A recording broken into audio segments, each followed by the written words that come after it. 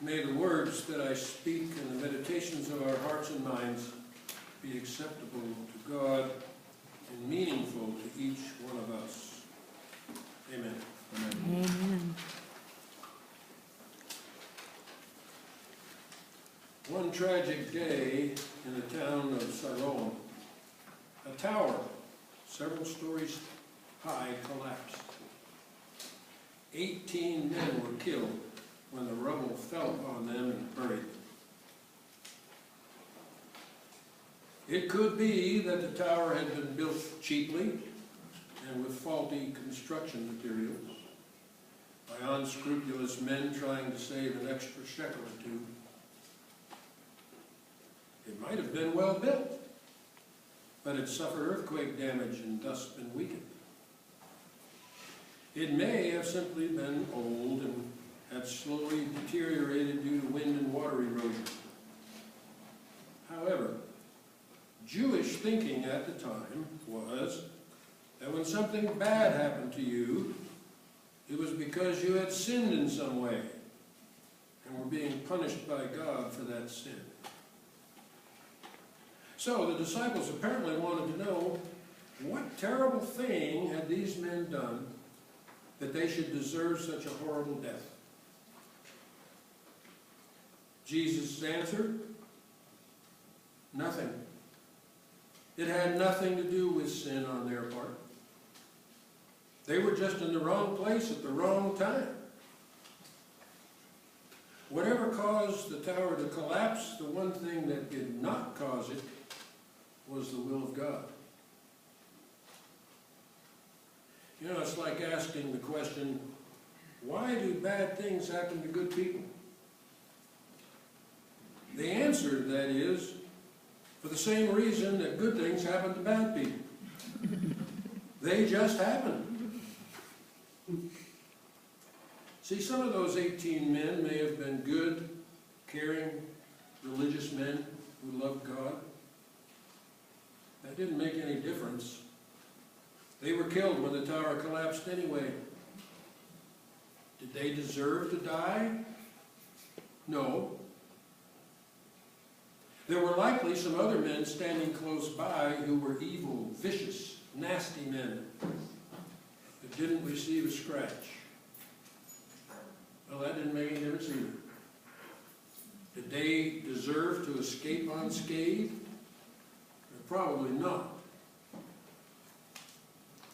When bad things happen, it can simply be a matter of being in the wrong place at the wrong time.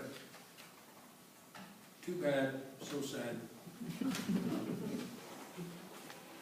It is not an act of God punishing you for some sin you committed. It is not a test God has dumped on you. If that were true, then you would be insinuating that God goes about zapping people with cancer, car wrecks, financial loss, or death, or some other form of punishment just to see if you can handle it. If that's what God is like, I would not want anything to do with him.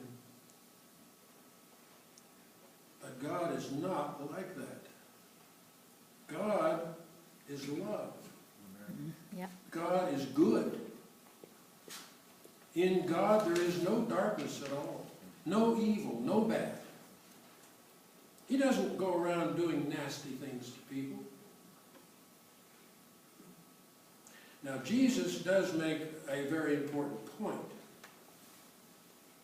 Sinful behavior, such as pride, arrogance, greed, self-centeredness, those things usually end up causing disaster in a person's life.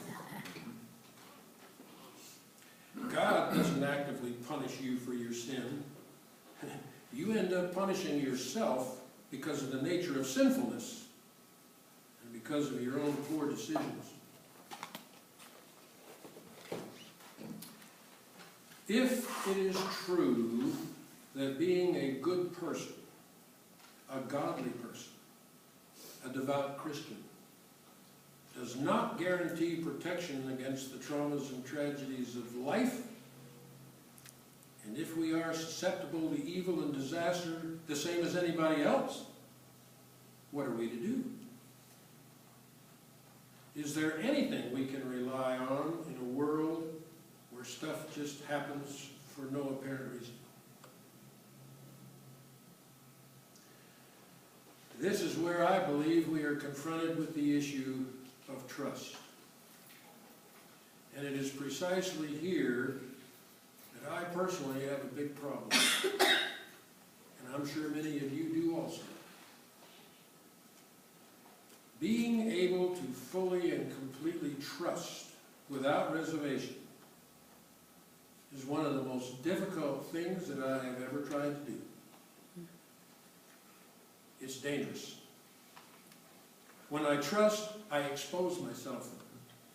I make myself vulnerable. It means taking a risk. And I do not like to take risks. As I've made my way through life, as the years go by, the world and modern society teach me not to trust anything or anybody. I've learned not to trust the government because over and over again I discover that the government lies and then tries to cover up their lies with even more lies. I know I can't trust politicians because they have their own private agendas.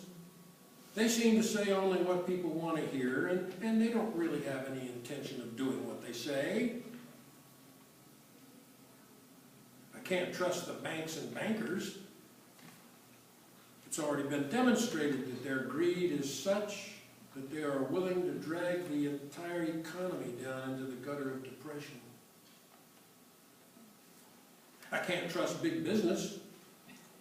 I am aware of repeated instances where they have been found guilty of mislabeling products, producing harmful quality products, fully aware of the dangers, and then blatantly lying to the public. They don't seem to have a problem with promises they cannot keep. I can't even trust the teachers of our grandchildren. How many times do we read in the newspapers about teachers abusing their students and violating their trust? Sadly, I can't even trust religious leaders. There have been so many priests and pastors involved in sexual misconduct, financial dishonesty, and abuse of their parishioners. What I've learned is true. You cannot trust anybody or anything. If you try, you will surely end up disappointed.